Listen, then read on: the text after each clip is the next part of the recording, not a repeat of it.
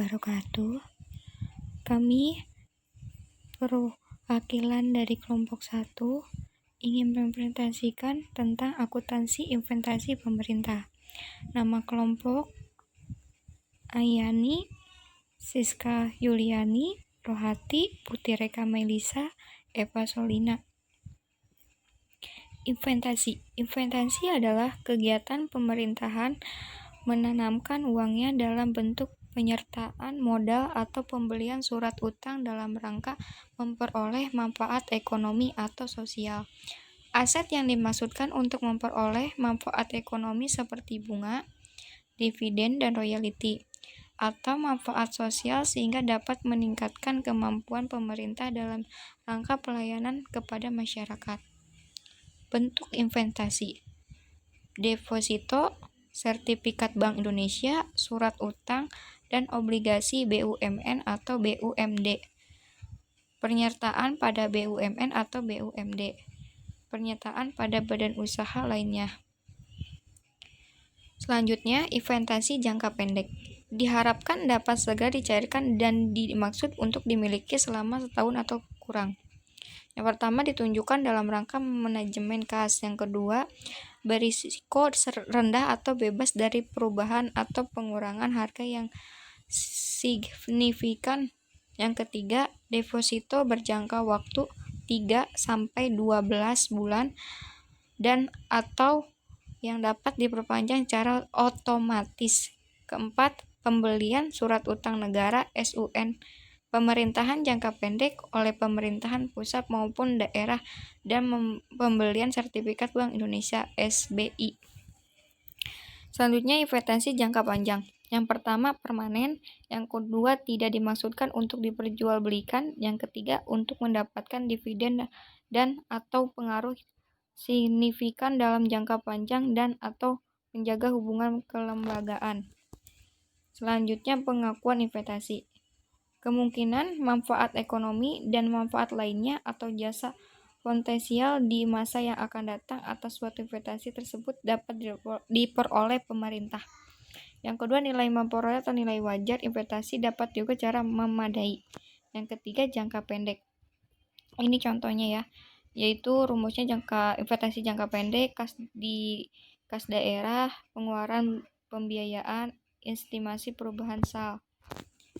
Terus jangka panjang permanen, yaitu rumusnya pernyataan modal Pemda, kas daerah, pengeluaran pembiayaan, estimasi perubahan SAL. Selanjutnya, pengukuran investasi. Yang pertama, investasi jangka pendek dalam bentuk surat berharga misalnya saham dan obligasi jangka pendek atau efek dicatat sebesar biaya perolehan. Kedua, biaya perolehan investasi meliputi harga transaksi investasi itu sendiri ditambah komisi perantara jual beli atau jasa bank dan biaya lainnya yang timbul dalam rangka memperoleh tersebut. Selanjutnya, apabila investasi dalam bentuk surat berharga diperoleh tanpa biaya perolehan, maka investasi dinilai berdasarkan nilai wajar investasi pada tanggal perolehannya, yaitu sebesar harga pasar. Apabila tidak ada nilai wajar, maka investasi dinilai berdasarkan nilai wajar aset lain yang diserahkan untuk memperoleh investasi tersebut. Selanjutnya, investasi jangka pendek dalam bentuk non-saham, misalnya dalam bentuk deposito jangka pendek dicatat sebesar nilai nominal deposito tersebut.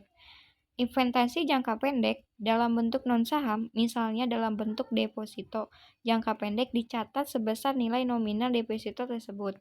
Investasi permanen dalam bentuk pembelian obligasi jangka panjang dan investasi yang dimaksud tidak untuk dimiliki keterlanjutan nilai sebesar nilai perolehnya. Investasi non-permanen yang dilakukan untuk penyehatan atau penyelamatan perekonomian nilai sebesar nilai bersih yang dapat direalisasikan. Metode penilaian yang pertama, metode biaya, metode ekuitas. Ketiga, metode nilai bersih yang dapat direalisasikan. Metode biaya yaitu mencatat biaya investasi berdasarkan harga perolehan investasi dicatat sebesar biaya perolehan. Penghasilan atas investasi tersebut diakui sebesar pembagian hasil yang diterima dan tidak memperoleh besarnya nilai investasi dalam badan usaha atau badan hukum yang terkait. Yang selanjutnya, metode ekuitas. Pengakuan penurunan atau kenaikan nilai investasi sehubungan dengan adanya rugi atau laba badan usaha yang menerima investasi investasi proporsional terhadap besarnya saham atau pengendalian yang dimiliki pemerintah.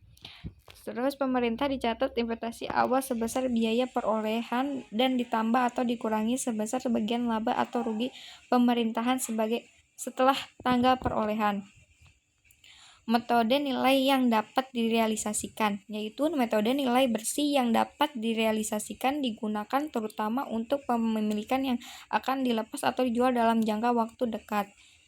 Kriteria penilaian yaitu kepemilikan kurang dari 20% menggunakan metode biaya, kepemilikan 20% sampai 50% atau kepemilikan kurang dari 20% tapi memiliki pengaruh yang signifikan menggunakan metode ekuitas. Kepemilikan lebih dari 50% menggunakan metode ekuitas, pemilikan non-permanen menggunakan metode nilai bersih yang direalisasikan.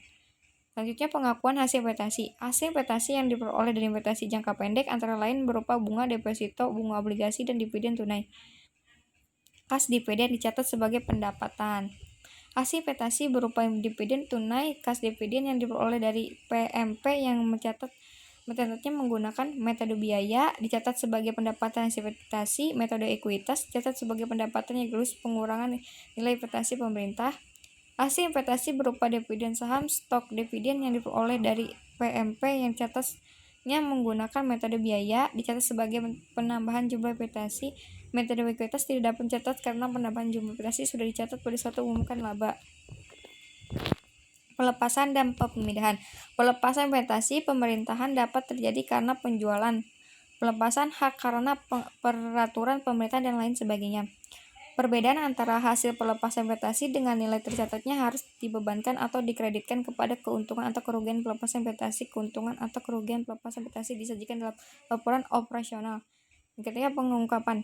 1. Kebijakan akuntansi menentukan nilai investasi, jenis-jenis investasi. Ketiga, perubahan harga pasar investasi. Keempat, penurunan nilai investasi yang signifikan dan penyebabnya. Yang keempat, investasi yang dinilai dengan nilai wajar dan alasan penerapannya. Yang kelima, perubahan pos investasi.